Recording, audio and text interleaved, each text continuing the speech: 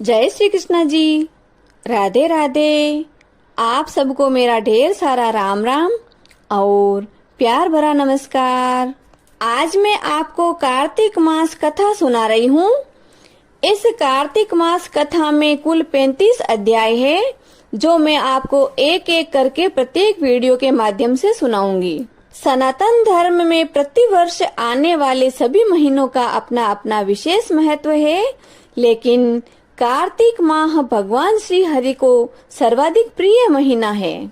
विष्णु पुराण के अनुसार कार्तिक मास में भगवान श्री हरि यानी भगवान विष्णु अपनी योग निद्रा से जागते हैं।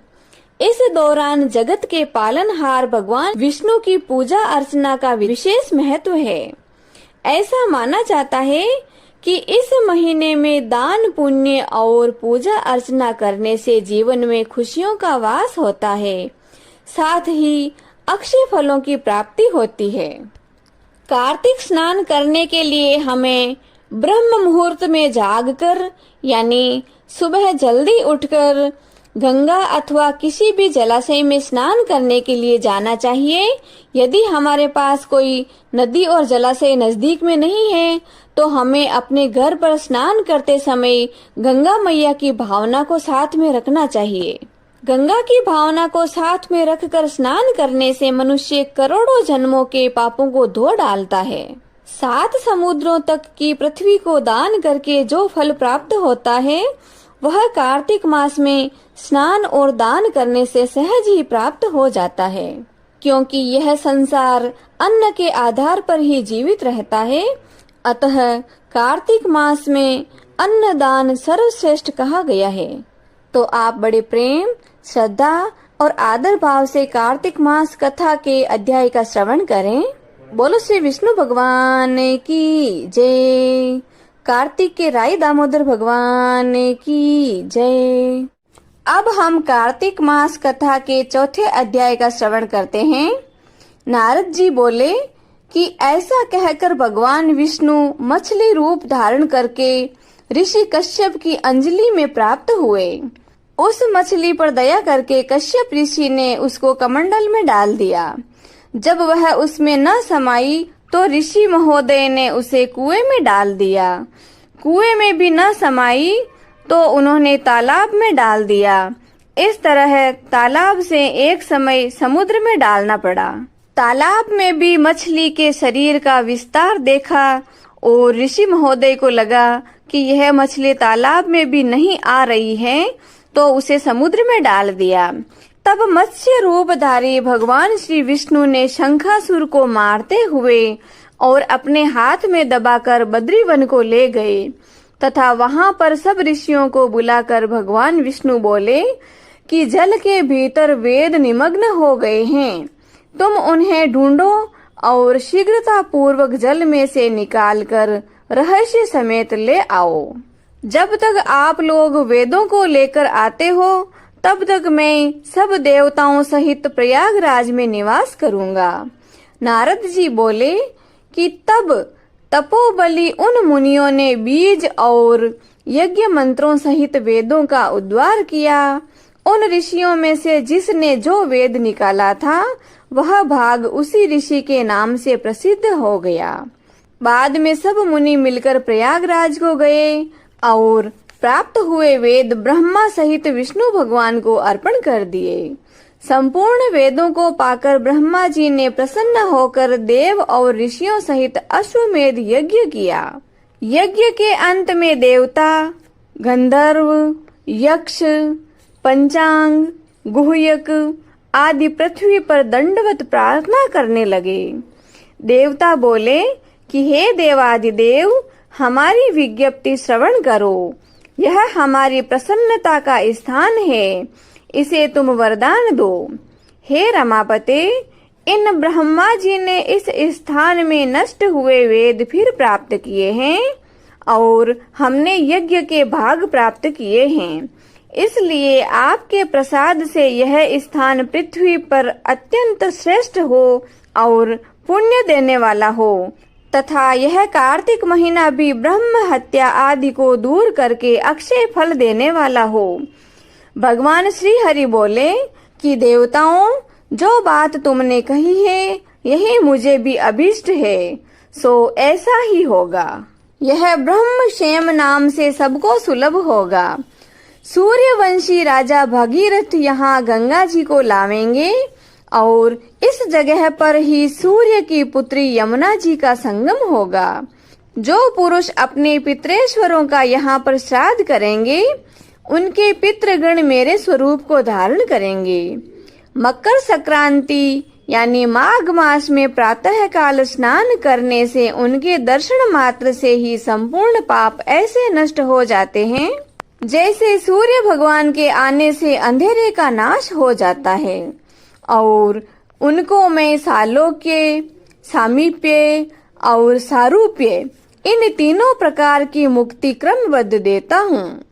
हे मुनीश्वरों, मैं सर्वज्ञ रूप से बद्री वन में सदैव निवास करता हूँ। जो फल और स्थान 100 वर्ष में मिलता है, वह तुमको वहाँ पर एक दिन में ही प्राप्त हो जाएगा। उस स्थान के दर्शन करने वाले मनुष्य जीवन मुक्त हो जाते हैं।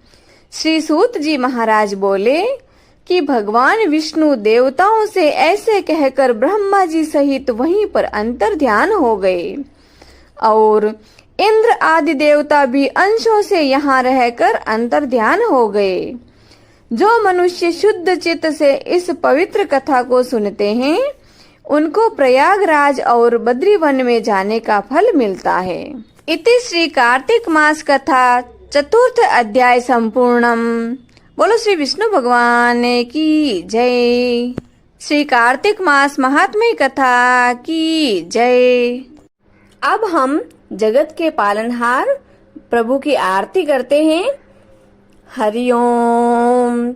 शांताकारं भुजगशयनं पद्मनाभं सुरेशं विश्वाधारं गगनसदृशं मेघवर्णं शुभांगं लक्ष्मीकान्तं कमलनयनं योगिभिर्ध्यानगम्यं वन्दे विष्णु भवभयहरं सर्वलोकैकनाथम्। ओम जय जगदीश हरे स्वामी, जय जगदीश हरे। भक्त जनों के संकट, दास जनों के संकट क्षण में दूर करे। ओम जय जगदीश हरे। जो ध्यावे फल पावे, दुख बिन से मन का। ओ प्रभु दुख बिन से मन का। सुख संपत्ति घरे आवे, सुख संपत्ति घरे आवे। कष्ट मिटे तन का। ओम जय जगदीश हरे। मात पिता तुम मेरे शरण गहूँ किसे की। ओ स्वामी शरण गहूँ किसे की। तुम बिन और न दूजा, आप बिन और न दूजा। मैं आस करूं जिसे की। ओम जय जगदीश हरे। तुम पूर्ण परमात्मा, तुम अंतर्यामी। ओ प्रभु तुम अंतर्यामी। पार ब्रह्म परमेश्वर, पार ब्रह्म परमेश्वर। तुम सबके स्वामी। ओम जय जगदीश हरे। तुम करुणा के सागर, तुम पालन करता हो स्वामी, आप पालन करता। मैं मूर्ख खल कामी, मैं सेवक आप स्वामी, कृपा करो भरता। ओम जय जगदीश हरे। तुम हो एक अगोचर सबके प्राणपति, ओ प्रभु सबके प्राणपति। किस विध मिलो दयामय, किस विध मिलो कृपामय, आपको मैं कुमति। ओम जय जगदीश हरे। दीन बंधु दुख हरता, ठाकुर तुम मेरे हो, प्रभु रक्षक आप मेरे। करुणा हाथ बढ़ाओ, श्रद्धा प्रेम बढ़ाओ, द्वार पड़ा तेरे। ओम जय जगदीश हरे। विषय विकार मिटाओ, पाप हरो देवा हो स्वामी, कष्ट हरो देवा। श्रद्धा भक्ति बढ़ाओ, करुणा प्रेम बढ़ाओ, संतन की सेवा। ओम जय जगदीश हरे। तन मन धन सब कुछ है तेरा हो स्वामी, सब कुछ है तेरा।